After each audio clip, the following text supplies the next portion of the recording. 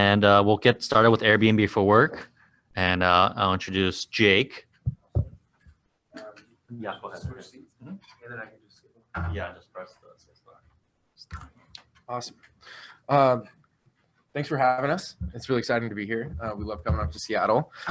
My name's Jake, and I'm with the Airbnb for Work higher education team, and I'm here with Francis. We're based out of Portland, Oregon, and we're going to cruise through pretty quickly a little bit of background on Airbnb and what Airbnb for Work is and how you can use it for university-related travel. So the story of Airbnb's origins began like maybe 10 years ago. And I'm going to go quickly through this, but we started out as airbedandbreakfast.com, which is kind of a funny story because our three founders were struggling to pay rent, and they decided to blow up some air mattresses in their living room and serve breakfast to some folks that were coming in to San Francisco for a design conference. So that was how the name Airbnb came to be. It was originally airbedandbreakfast.com, and we're known for having some amazing properties all around the world. There's around 4 million properties in 191 countries and 65,000 cities. And that's the Airbnb platform. But what we're really here to talk about is Airbnb for Work. So with Airbnb for Work, you're not going to stay in a fire lookout like this one in Tiller, Oregon, although it's pretty amazing. I stayed there. I had a great time. But Airbnb for Work is a subset of the entire Airbnb inventory. So there's going to be properties that are more appropriate for work-related trips, and they'll be great for university-related travel. So if you have a chance to, you can log into Airbnb and verify your University of Washington email to have access to this whole program. There's around 400,000 companies that use this, and a big chunk of Airbnb trips are actually for work.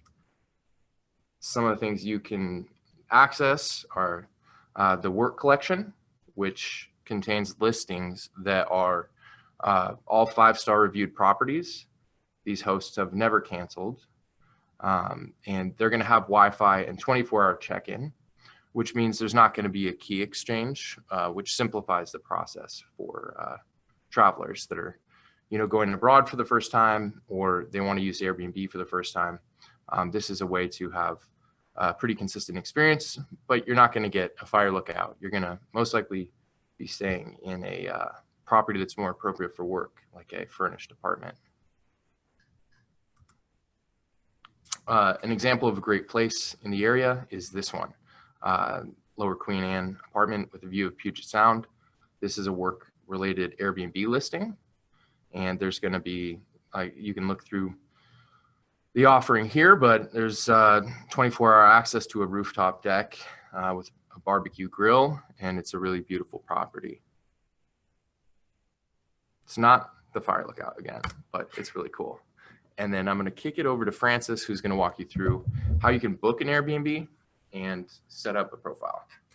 Yeah, great. Hi, everyone. So I'm going to just kind of go over how to book on Airbnb. And yeah, excited to kind of show you guys through. So right now we're noticing that a lot of the travel that's happening within universities is a lot of the faculty research trips, conference travel, alumni events, study abroad, sports and club events, and just a little bit of relocations here and there. So right now there are 2,000 registered business travelers on the University of Washington dashboard right now, utilizing Airbnb for Work, and you guys can definitely become one of them. And I'll go through the process of how you can sign up. So step one, you'll basically connect your university email to the Airbnb account that you either already have currently, or that if you've never used Airbnb, you can just create an account and then you'll connect your university email there. And you'll do it at www.airbnb.com/work. So again, you'll go search on airbnb.com/work, and it'll actually just take you to a page that has everything set up. So basically what Jake was talking about with work collections, Airbnb Plus inventory as well. So just a lot of different options. And then step 3, you'll go through the booking process. So there's 2 types of ways to book. There's the book and then request to book. The only difference is that book is instant book. So basically you can book the Airbnb instantly. And then the other option is that the host actually has to approve the request. It typically takes like, you know, anywhere between like 10 to an hour or something. It just really depends on the host. So you can also see their response ratings as well, so see like how quickly they are able to respond to your requests.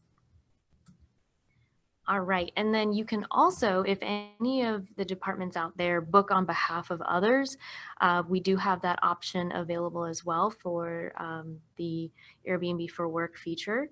So basically when you're going to this page of adding guests, you'll go ahead and make sure that the main purpose of the trip is business travel. And then also you'll be able to, once you do that, you'll see the option for whether you're staying at the listing or if someone else is. And you can go ahead and put in the traveler that you're booking for. So you type in their email address, and then you'll go ahead and go book for them. Just with booking on behalf, I do want to mention that there is a booking permissions process.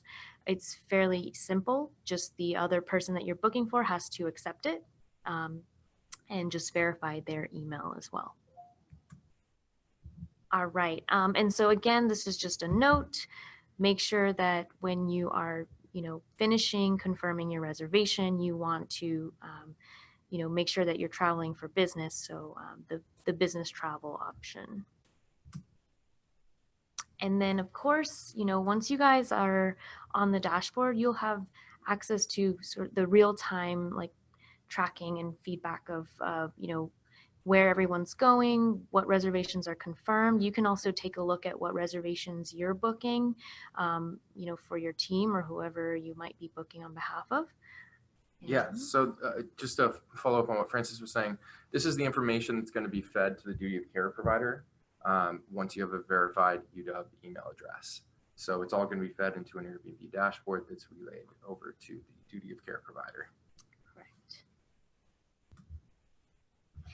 And yes, and then also we've got this, we have a way that you guys can all make wish lists and share this with colleagues so that if, some of you have been in places that some people are going to as well, you guys can start making a wish list and add all the listings that might be good for, certain faculty or students, and then, share them with one another.